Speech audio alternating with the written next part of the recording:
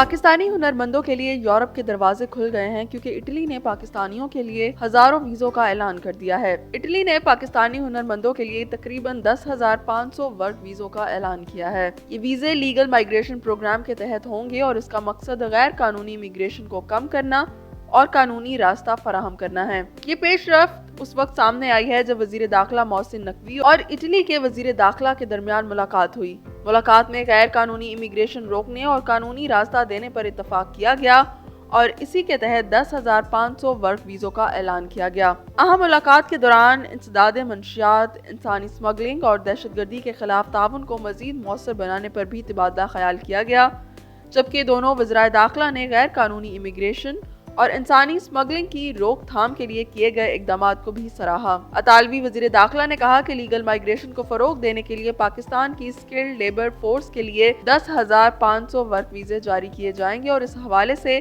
باہمی تعاون کو مزید بڑھایا جائے گا۔ انہوں نے اس عزم کا بھی اظہار کیا کہ پاکستان کے ساتھ مشترکہ مفادات کے شعبوں میں تعاون بڑھانے کے لیے بھی اٹلی تیار ہے۔ اہم بات یہ ہے کہ یہ ویزے اٹلی کے سالانہ کوٹا سسٹم کے تحت جاری ہوتے ہیں جسے ڈیکریٹ آف لوسی کہا جاتا ہے۔ یہ ایک سرکاری نظام ہے جس کے ذریعے اٹلی ہر سال مختلف ممالک کے ورکرز کو قانونی طور پر بلاتا ہے۔ آپ پاکستان سے بیٹھ کر خود سیدھا ورک ویزا اپلائی نہیں کر سکتے۔ پہلے اٹلی میں کسی کمپنی یا امپلائر کو آپ کو جاب آفر دینا ہوگی، آپ کے لیے درخواست جمع کروانی ہوگی اور اس کے بعد پروسیس آگے بڑھتا ہے۔ اگر بات کریں کہ اس ویزا کے لیے اپلائی کرنے کا مکمل پروسیس کیا ہے تو سب سے پہلے آپ کے پاس ایک جاب آفر ہونا ضروری ہے۔ اٹلی میں امپلائر آپ کے لیے درخواست دیتا ہے۔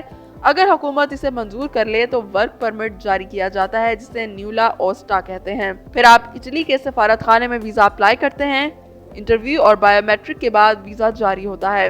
عام طور پر agriculture, construction, factory worker, welder, electrician, plumber, driver, hotel اور ریسٹورنٹ سٹاف کے شعبوں میں مواقع زیادہ ہیں اور اگر آپ کے پاس ہنر ہے تو آپ کے چانسز بھی بہتر ہیں۔ مختلف شعبوں میں آپ کی تنخواہ 900 یورو سے لے کر 1800 یورو تک ہو سکتی ہے۔ یہ شہر اور تجربے کے مطابق مختلف بھی ہو سکتی ہے۔